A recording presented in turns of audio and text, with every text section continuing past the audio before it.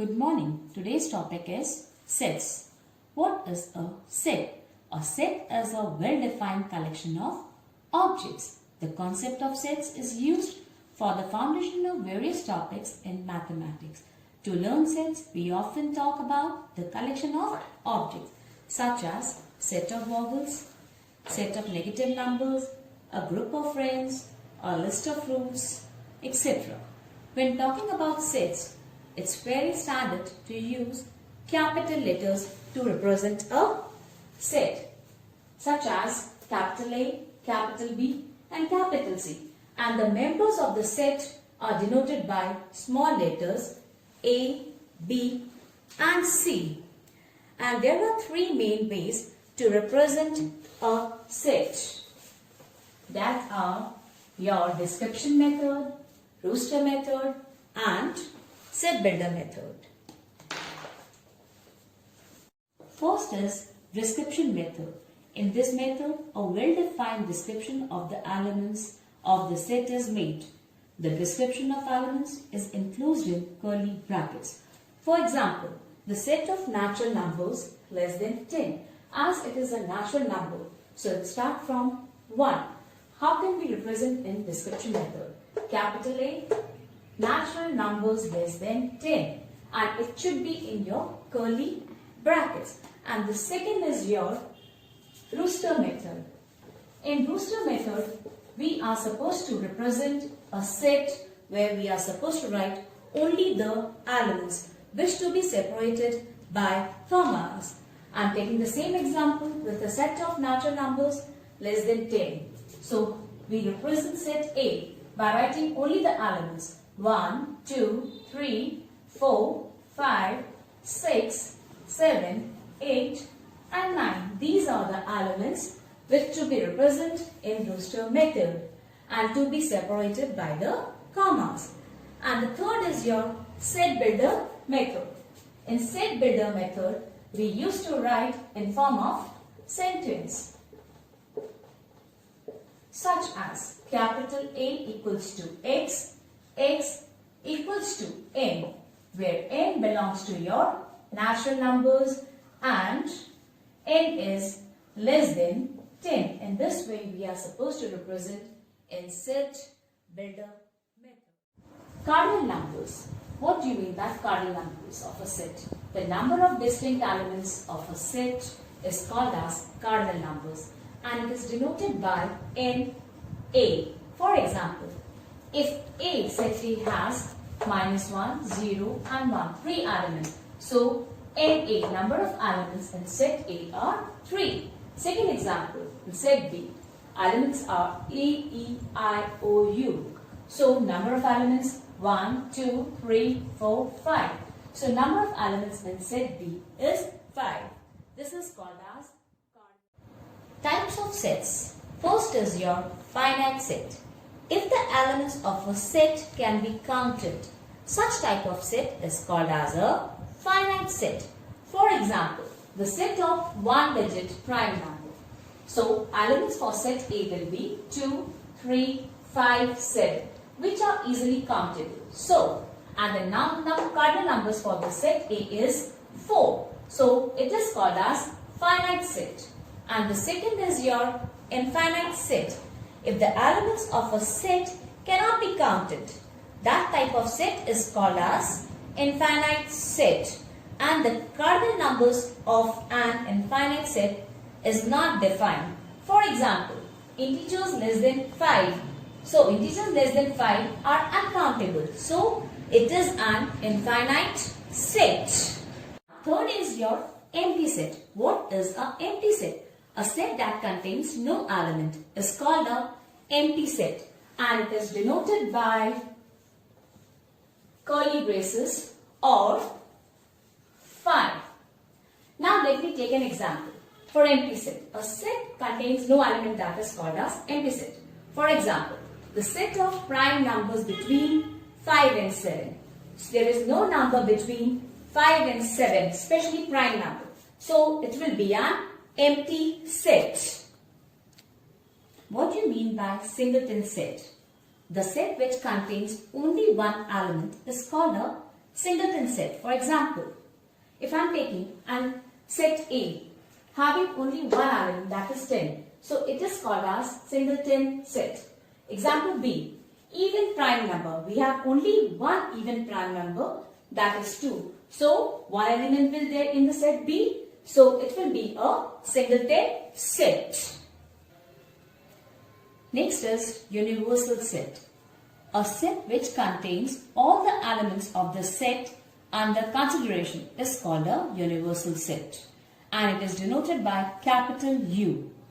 For example, planets of the solar system. We have.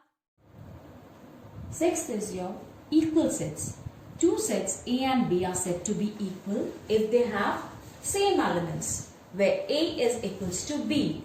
Elements of set A should be equals to element of set B. For example, if in set A elements are 1, 3, 5 and 7, and in set B if they are 7, 5, 3 and 1, these two sets are equal sets. Seventh is your equivalent sets. Two sets A and B are said to be equivalent sets if they have the same number of elements. The elements may or may not be the same. Two sets A and B are equivalent if cardinal numbers for the set A is equals to cardinal numbers for the set B. For example, if in set A, x is less than or equals to 5 and where x belongs to natural numbers. So elements for set A are 1, 2, 3, 4 and 5. And in set B, elements are 0, 1, 2, 3 and 4. So cardinal numbers for the set B is also 5. If NA is equals to NB, then they are called as equivalent sets. And note this point, all equal sets are equivalent sets, but all equivalent sets may or may not be equal sets. Eighth is your overlapping sets. Two sets A and B are said to be overlapping if they have at least one element in common. At least means it should be 1, 2 or more than 1. For example, in set A, prime numbers between 1 and 10. So, elements will be 2, 3, 5 and 7. And in set B, all prime numbers. So, numbers are 3, 5 and 7. As we have 3, 5 and 7, 3 elements in common. So, such type of sets are called as overlapping sets. Ninth, disjoint sets. If we have no element in common, such type of sets are called as disjoint sets, especially in two sets A and B. For example, all vowels of English alphabet. We have elements for set A is A, E, I, O, U. And in set B, all consonants in the English alphabet. B, C, D, F and so on till Z. We have no element common in both the sets A and B. Such type of sets are called as disjoint sets. Last is your complement of a set. The complement of a set A is set 2 of all elements in the universal set which are not in set A and is denoted by A dash, and it is read as complement of A. For example, if in universal set I have elements 1 to 10, 1, 2, 3, 4, 5, 6, 7, 8, 9 and 10. And in set A, elements are 1, 3, 5, 7, 9, odd numbers. So complement of A will be 2, 4, 6, 8, 10, all the even numbers. Now, the set and its complement are always disjoint sets. See, in set A, elements are odd, whereas in element of complement of set A are 2, 4, 6 and 10. They are even numbers. So, they are disjoint sets. And the complement of a universal set is the empty set. And the third, the complement of an empty set is always a universal set. There is one law.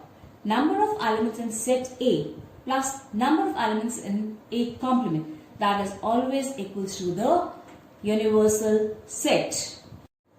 Union of sets. the union of two sets A and B is a set which contains all the elements of set A as well as set B.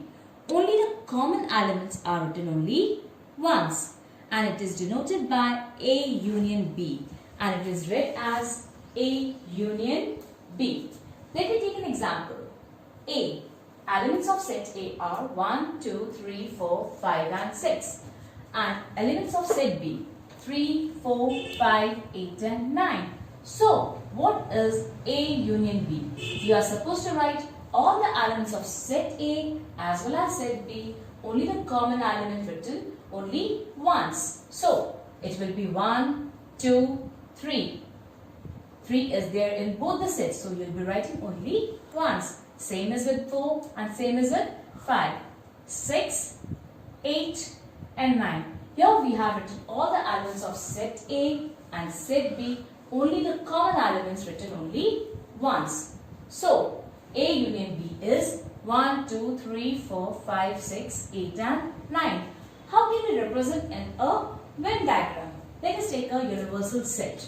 Elements of 1 to 10 will make a rectangular block and two circles.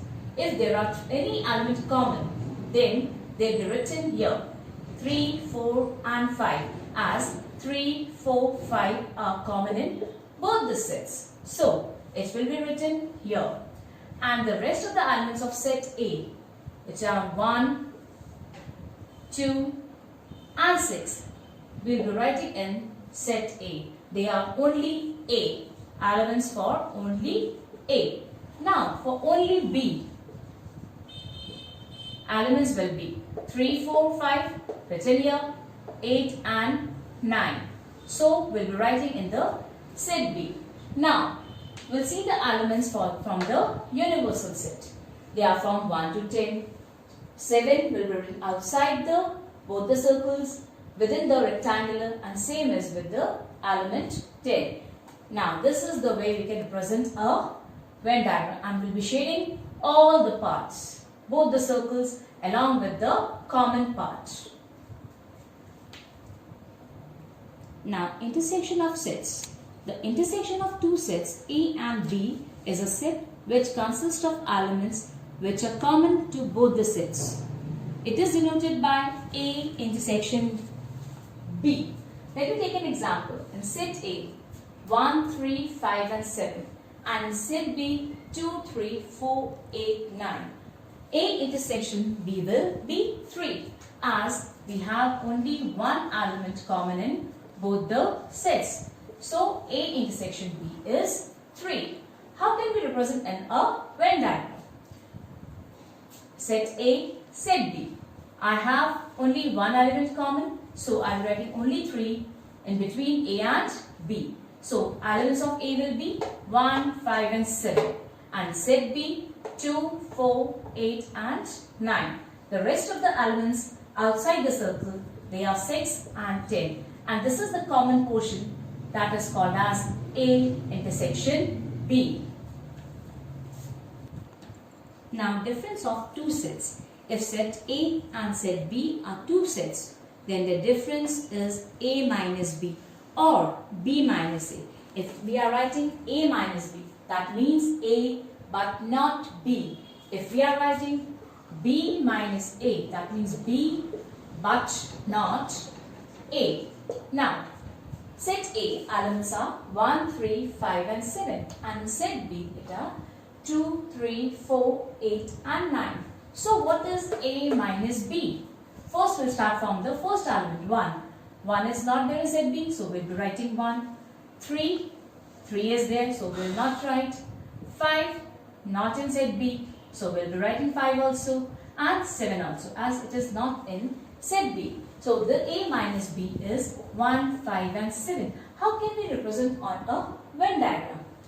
Universal set, 1 common element will be written here, 1, 5, 7 of set B, 2, 4, 8 and 9 of set B.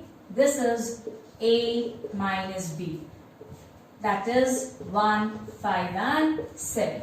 This is A minus B, and this is called as B minus A. So, elements of B minus A is 2, 4, 8 and 9. This is called difference of two sets. Disjoint sets. Disjoint sets do not have any common element. The disjoint set can be separated by making two separate circles. Let me take an example. In set A, elements are 1, 3, 5 and 7. And in set B, 2, 4, 6 and 8. Here are even numbers, and in set A, odd numbers. So, how can we represent a Venn diagram? We'll make two circles both to be separated. Element of set A, 1, 3, 5, 7 here, and elements of set B, 2, 4, 6, 8, both separated. These types of sets are called as disjoint sets.